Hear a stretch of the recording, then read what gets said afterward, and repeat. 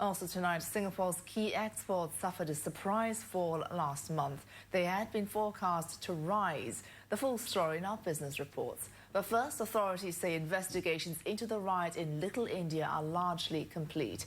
Charges against 28 people will proceed, but charges against 7 others will be dropped. Another 53 people will be repatriated because of their role in the unrest.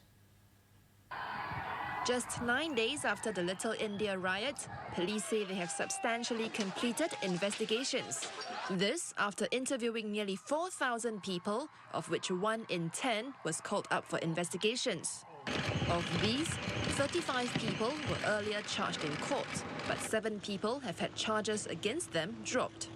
The 28 others remain charged as police investigations revealed they actively participated in the riot through acts of violence, damage to property, defying police orders or inciting others to do so.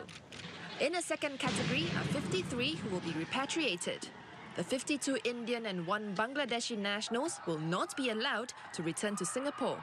They had knowingly joined or continued to participate in the riot after being ordered to disperse, impeding the riot control and emergency rescue operations.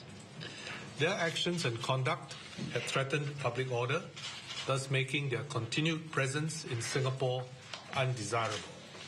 The 53 people who will be repatriated were working in 48 different companies across the island, with about half in the construction sector. Police said the majority of them were in Singapore for less than 5 years, and all but 1 are work permit holders. In a third category of about 200 people who were present at the scene, police say they did not participate and had obeyed police orders. So, no action will be taken against them. We have taken strong and decisive measures to charge and to repatriate those who took part in the riot, to send a strong signal that we will not tolerate actions by anyone which threaten law and order in Singapore. As for the traffic accident that killed Indian national Saktivel Kumaravalu, police said investigations are still ongoing. As the accident has sparked off the ensuing rioting, we want to take special care in arriving at our findings. As such, police is in the process of securing the services of an independent expert on accident reconstruction to analyze the information that we have and to provide us with an additional opinion. Moving forward, authorities are still reviewing interim measures to be taken in Little India, such as whether the temporary ban on alcohol and suspension of private transport services will continue.